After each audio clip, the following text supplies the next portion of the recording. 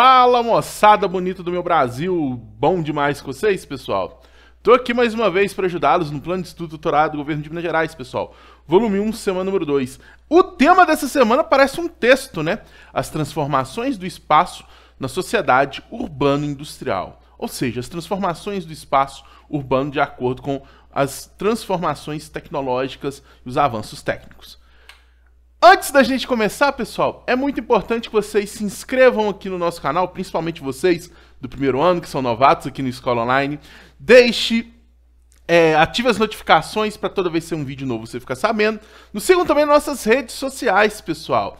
Além disso, visite a nossa plataforma. Pessoal, eu sou o professor Galvão, professor de Geografia de Escola Online. E quem quiser também me seguir, eu acabei de criar o meu Instagram profissional, prof.galvão.gel, beleza? É só seguir lá e acompanhar todas as novidades que eu vou postando com o passar do tempo, tranquilo?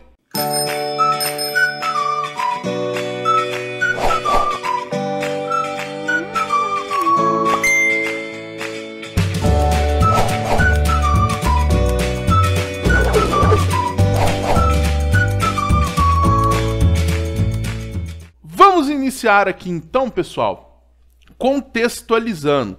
Mas antes da gente começar, bem importante, bebam água. Depois dessa golada de água, pessoal, alguns conceitos importantes, até interessante. O terceiro ano trouxe um tema muito semelhante ao tema agora que veio aqui para vocês no primeiro ano, beleza? Pessoal, conceitos importantes. Urbanização. Urbanização é quando o crescimento urbano é superior ao crescimento da população rural. Existem outras formas de caracterizar também o conceito de urbanização. Alguns autores colocam que urbanização é o crescimento da população urbana.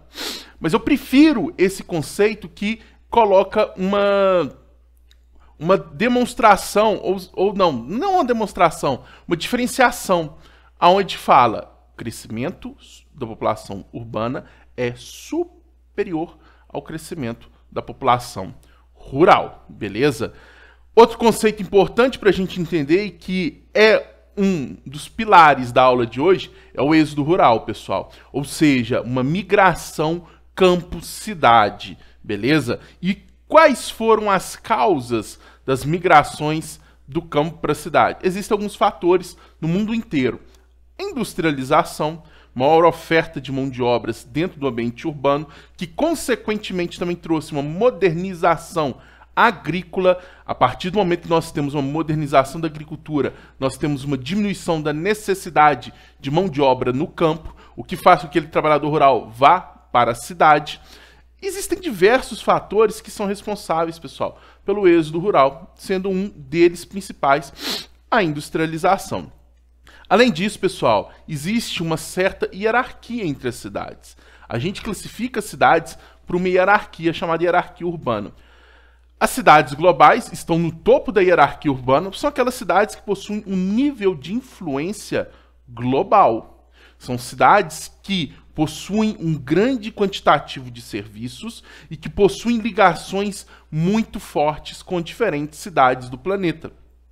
No Brasil, nós temos duas principais cidades globais, São Paulo e Rio de Janeiro, beleza? Sendo São Paulo um nível um pouco acima da cidade do Rio de Janeiro. Temos também as metrópoles nacionais, que são cidades grandes que possuem como característica ter um nível de influência no âmbito nacional. Curitiba, Belo Horizonte, São Paulo, Rio, Brasília, Fortaleza, beleza?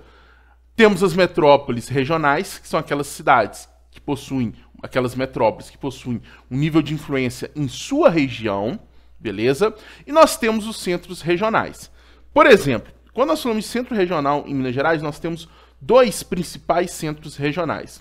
A cidade do Uberlândia, beleza? Não podia perder essa piada. E a cidade mais carioca dentro do estado de Minas Gerais, Juiz de Fora. Para quem não sabe, Juiz de Fora, que está bem próximo ao estado do Rio de Janeiro, beleza? As duas cidades são caracterizadas como importantes centros regionais. Porque elas têm um nível de influência na sua microrregião muito forte. Beleza? Pessoal, existe um outro conceito que às vezes aparece aí em questões, em provas, que é grande metrópole nacional. Quando nós falamos de grande metrópole nacional, nós estamos falando da cidade com maior nível de importância dentro do país. Nesse caso, a grande metrópole nacional, não, pessoal, não estou falando aqui de Viçosa, estamos falando de São Paulo. Beleza? Eu que sou de Viçosa, puxei a sardinha do meu lado. Mas a cidade de São Paulo, que é a cidade que possui maior quantitativo de serviços, é o principal polo econômico do país, é o principal mercado consumidor do país e é uma cidade global com nível de interação planetário muito intenso. Beleza? Outro conceito importante, rede urbana. Rede urbana é a interligação, a interdependência existente entre diferentes cidades. Por exemplo, eu moro em Viçosa. Viçosa tem de 80 a 100 mil habitantes. 80 mil pensando a cidade de Viçosa, mas Viçosa tem uma população flutuante de aproximadamente 20 mil pessoas. Que é, professor? 20 mil? Sim. Por causa da Universidade Federal de Viçosa, nós temos uma população que se recicla a cada 5 ou 6 anos, que são aquelas pessoas que vêm, estudam em Viçosa e vão embora, depois de 5 ou 6 anos que se formam. Ou ficam mais tempo por causa de doutorado, mestrado, mas isso daí é uma população de aproximadamente 20 mil pessoas. Então, Viçosa, por exemplo, tem um nível de influência muito grande na sua microrregião, mas a gente tem dependência, por exemplo, de cidades pequenas, como a cidade da família da minha mãe, Canaã. Canaã é uma produtora de alimento, produz café, milho e acaba abastecendo Viçosa. Da mesma forma que se uma pessoa passa mal, às vezes, em Canaã, dependendo do que ela tem, ela é enviada para Viçosa. Uma pessoa que quer estudar ensino superior, vem para Viçosa estudar. Então, existe essa relação entre as duas. Claro que, por exemplo, Viçosa vai ter uma relação também forte com Cataguases, com Ubá, com Muriaé, com, deixa eu pensar, Ponte Nova. Já Canaã, ela não possui essa interação tão significativa com essas cidades que estão um pouco mais distantes. Então, nós podemos dizer que a rede urbana de Viçosa ela é mais densa, mais complexa do que a rede urbana de Canaã. Por quê? Porque Viçosa é uma cidade num nível hierárquico, pensando agora de novo em hierarquia urbana, superior a Canaã. Detém mais serviços, detém mais oportunidades, assim por diante. Em compensação, a rede urbana de Belo Horizonte, por exemplo, é muito mais complexa do que a rede urbana de Viçosa. Viçosa se caracteriza como um centro sub-regional. Belo Horizonte é uma metrópole nacional. E assim por diante. Quanto maior o nível da hierarquia urbana de uma cidade, maior tende a ser a sua rede urbana. Beleza? Conurbação, pessoal, é quando a área urbana de um município extrapola os limites territoriais. Ou quando a área urbana de 2 municípios se juntam. Não sei qual de vocês já foi em Belo Horizonte, né? Belo Horizonte ou Belzonte, tanto faz. Pessoal, em Belo Horizonte, para quem vem aqui da minha região, por exemplo, do leste do estado, chega em Belo Horizonte pela BR-040, sentido Rio de Janeiro, nós chegamos em Belo Horizonte, uma das primeiras coisas que a gente vê em Belo Horizonte é um shopping chamado BH Shopping. Quando a gente fala, acabei de chegar, normalmente liga, né? Ó, cheguei vivo em Belo Horizonte, viu? Já tô aqui no BH Shopping. A pessoa fala, beleza, chegou em Belo Horizonte. Só que muita gente não sabe que o BH Shopping não está em Belo Horizonte. O BH Shopping, na verdade, está em Nova Lima. O que acontece é que a área urbana de Belo Horizonte já extrapolou os limites do município e agora avança sobre o município de Nova Lima. Isso acontece com Contagem, com Betim, com vários outros municípios ali do metropolitano de Belo Horizonte e demais regiões metropolitanas que possuem cidades muito grandes. São Paulo, Rio de Janeiro, Curitiba e assim por diante. Beleza? Favelização é um processo que ocorre normalmente quando se tem um crescimento intenso das grandes cidades, onde as pessoas não possuem onde morar e acabam se fixando ou em áreas extremamente distantes do centro, áreas desvalorizadas, ou em áreas inadequadas à fixação humana, como, por exemplo, áreas muito íngremes, embaixo de redes de alta tensão, e assim por diante. A gentrificação, pessoal, é um conceito que determina a mudança da função de uma determinada área. Um grande exemplo que nós temos isso foi a Olimpíadas do Rio em 2016. Vários bairros do Rio, eles deixaram de existir. A Vila Olímpica, no Rio de Janeiro, por exemplo, ela foi construída em uma área que se tinha um bairro com predominante de populações pobres. Aquelas pessoas foram desapropriadas para se criar um ambiente olímpico, a Vila Olímpica. Ou seja, deu um novo uso àquele ambiente. Normalmente, a gentrificação, ela gera uma segregação socioespacial. Se o local é valorizado, locais valorizados, pessoal, eles tendem de forma indireta ou até direta, como eu disse aí, por exemplo, desapropriação, serem repelidores de populações pobres. Eu, por exemplo, se alguma vez eu tenho um lugar chique, parece que eu estou encolhido numa camisa de força, né? Eu não me sinto bem. Agora, vai lá no pagode, vai para um forrozão na roça, aí eu me sinto à vontade, porque eu sou uma pessoa simples, não sou uma pessoa chique nos últimos, beleza? Pessoal, os problemas urbanos também são temas que a gente tem que entender. Primeiro, o crescimento desordenado das cidades, principalmente nos países subdesenvolvidos, fazem com que criem problemas imensos dentro de uma cidade, como infraestrutura que não consegue se adaptar, falta de serviços básicos, moradias irregulares. A violência e a criminalidade. No Brasil, por exemplo, é um problema social muito grave. Professor, mas não é de segurança? Eu vejo muito mais como um problema social, porque nós vivemos num país com grande desigualdade e oportunidade desigual.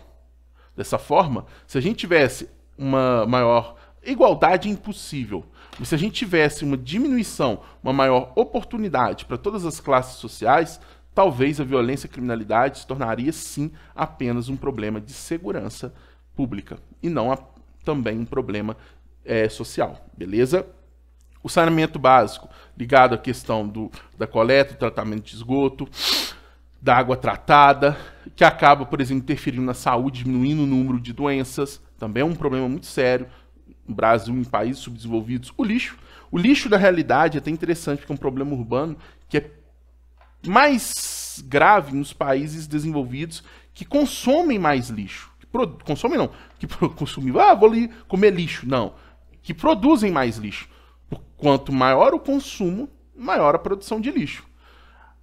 Então, o lixo, não existe um local apropriado para se descartar o lixo. Existem formas de você amenizar esse problema. Reutilizando produtos que você poderia reutilizar, reciclando, diminuindo o consumo, ou seja, o consumo consciente, fazendo, por exemplo, a coleta seletiva. Então você ameniza um problema. E claro, agora pensando para onde esse lixo vai, existe também agora a questão pública. O impacto ambiental ele é menor se o lixo, por exemplo, tiver o destino um aterro sanitário e não um lixão, por exemplo. Inversão térmica é um problema ligado à climatologia, onde nas primeiras horas do dia a cidade se mantém fria, com um ar ainda denso, o que não possibilita a troca de ar por altitude. Isso faz com que toda a poluição produzida dentro da cidade fique estagnada e a qualidade do ar diminua acentuadamente, pessoal, gerando sérios problemas respiratórios nas populações mais vulneráveis, como crianças e idosos, beleza? E as ilhas de calor são fenômenos que ocorrem já no oposto, no final da tarde e no início da noite, que é quando a cidade demora a se resfriar. Então ela fica mais quente que os locais ao seu entorno. A urbanização brasileira ela é datada principalmente a partir da década de 30, com a crise de 29, onde tem um grande desemprego no campo, as pessoas ficam desempregadas no campo devido ao fim do ciclo do café, vão em direção às cidades. Depois, processo de industrialização, década de 30, década de 40, década de 50, maior oportunidade de emprego dentro da cidade, a modernização da agropecuária. Quanto maior a modernização da agropecuária, menor mão de obra é necessária na produção. Então, vamos para a cidade, estamos desempregados. Isso faz com que em 3 décadas do início do processo de urbanização acelerada do Brasil, o Brasil se tornasse um país urbano. Em 1964, mais de 50% da população brasileira já vivia nas cidades. Coincidência ou não, o ano que meu pai nasceu. E além disso, nós temos o problema das cidades brasileiras terem sérios problemas com o seu crescimento urbano, que foi feito normalmente sem um planejamento adequado. Pessoal, vamos beber água, hein? Pessoal, qualquer dúvida se tiverem dessa parte teórica, fiquem à vontade aí nos comentários, ok?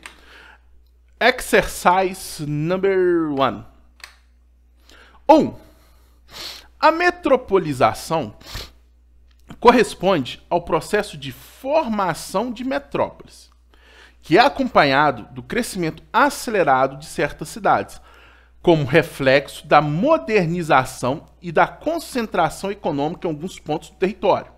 Há, contudo, uma tendência atual de reversão no crescimento das grandes metrópoles, porque indústrias e empresas do setor de serviços passam a escolher localizações geográficas alternativas às saturadas metrópoles, provocando uma redução dos índices de crescimento das grandes cidades e o aumento dos índices das cidades médias. Qual é o nome desse fenômeno? Pessoal, por que as indústrias e algumas empresas preferem as cidades médias? Primeiro, cidade grande, mão de obra mais cara. Segundo, dificuldades com a produção nos grandes centros urbanos. Terceiro, aluguel da terra é mais caro. Quarto, sindicatos mais fortes. Por que as cidades médias são atrativas? Mão de obra mais barata, sindicatos mais frágeis, leis ambientais mais frágeis, incentivo fiscal, beleza? Facilidade, às vezes, de escoamento da produção. Então, isso faz com que as cidades médias e outras regiões sem seu sudeste, como a região nordeste, sejam hoje polos de atração de indústrias no Brasil, por exemplo.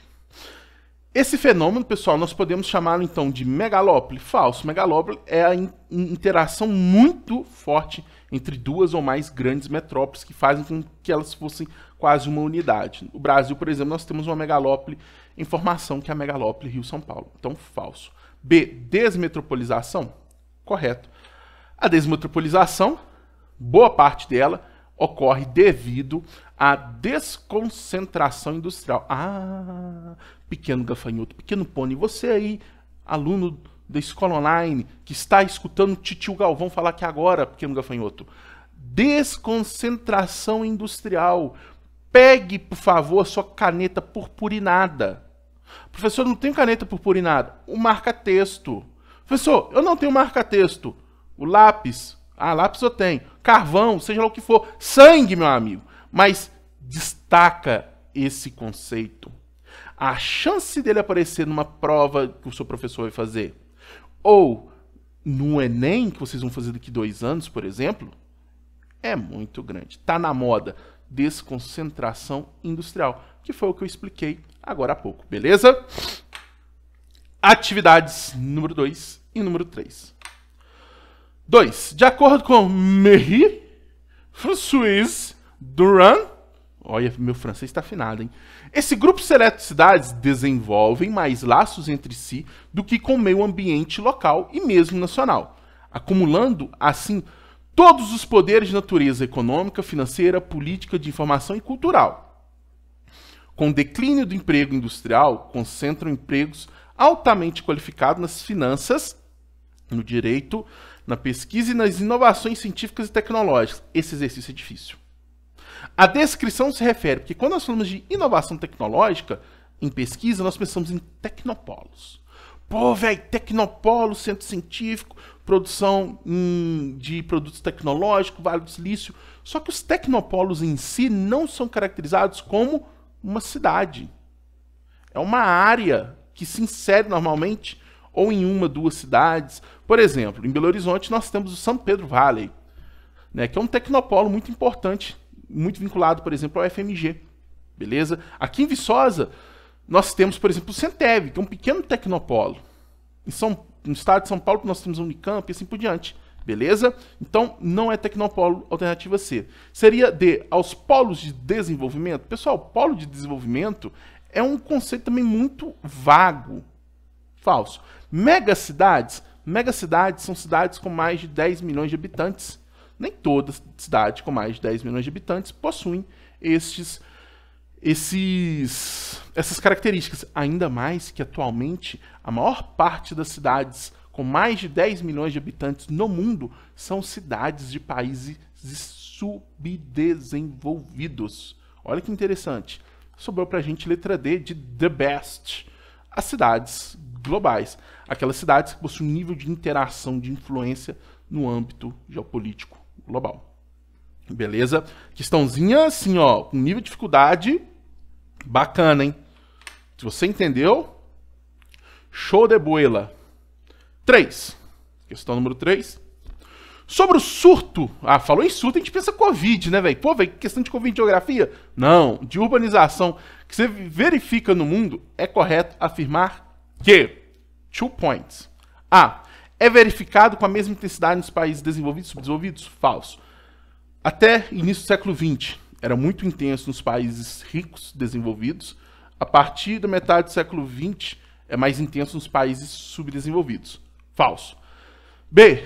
É provocado em todo o mundo pelos altos índices de natalidade? Nem todos os países do mundo possuem altos níveis de natalidade. O Brasil, por exemplo, tem índices de natalidades atualmente baixos. Falso. C.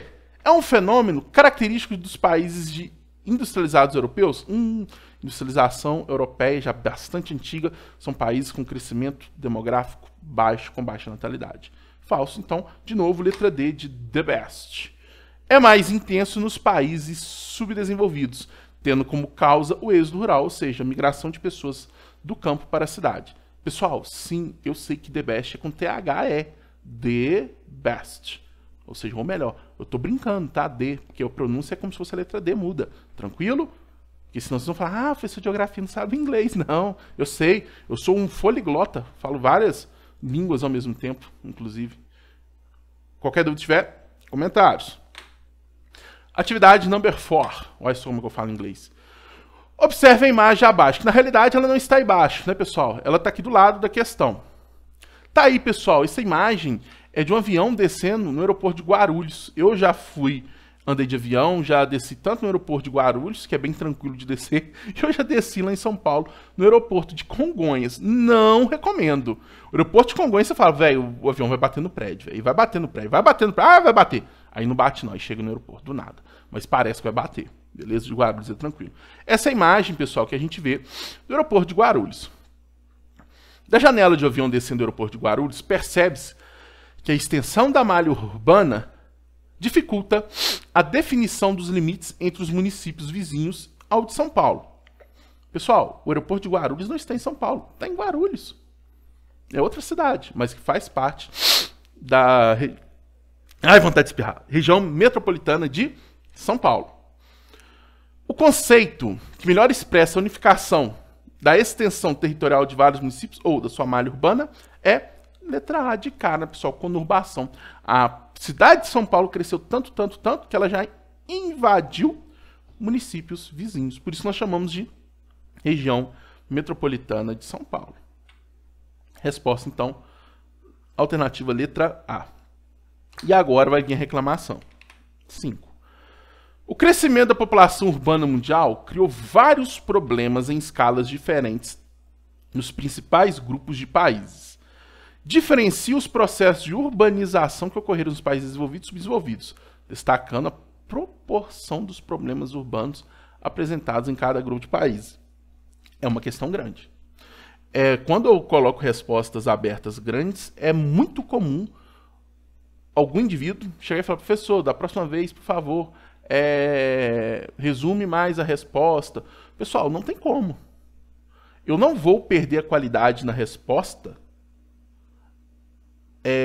e acabar prejudicando algum aluno, talvez, que queira ver uma resposta completa, não que esteja correta, tá, gente? Tanto que a gente coloca sugestão de resposta.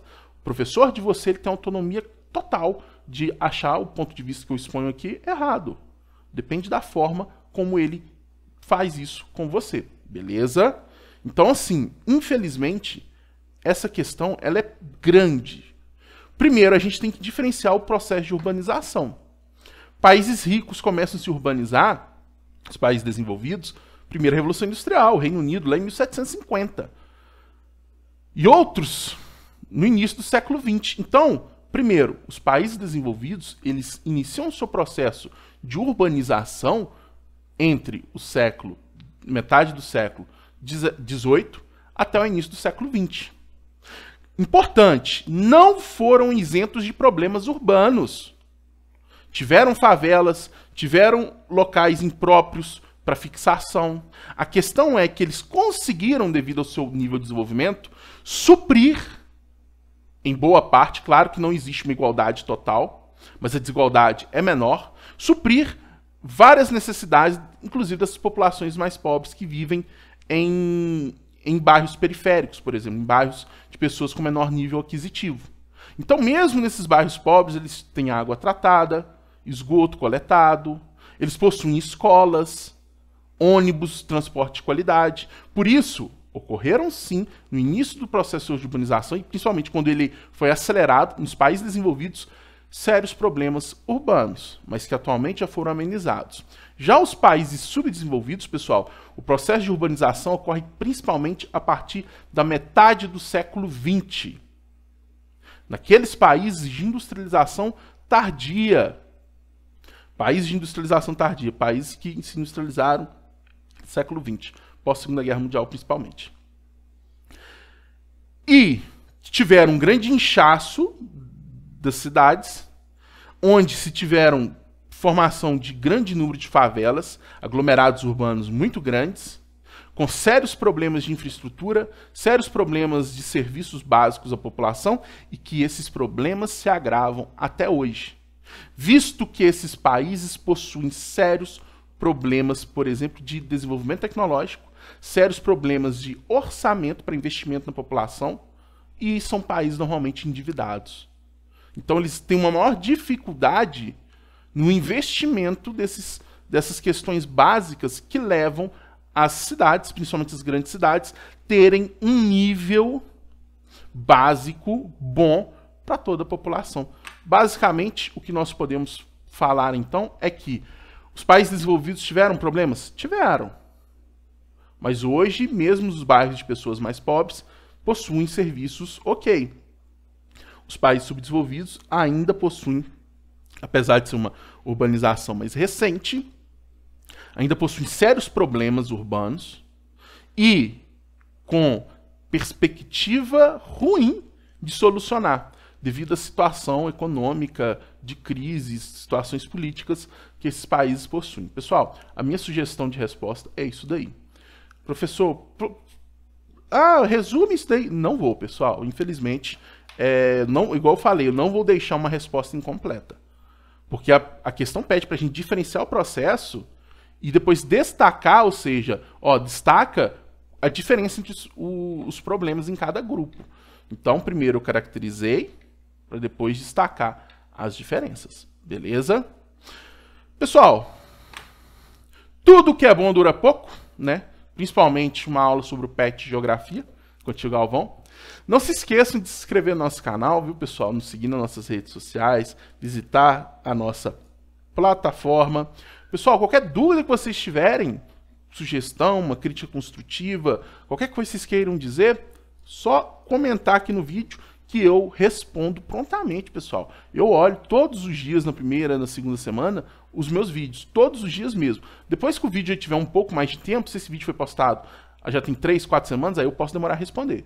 Mas os vídeos recentes eu olho todos os dias. Qualquer dúvida, sugestão, pessoal, eu não sou o dono da verdade, questionamento, estou à disposição de vocês, beleza? Um forte abraço, tamo junto e até a próxima. Valeu!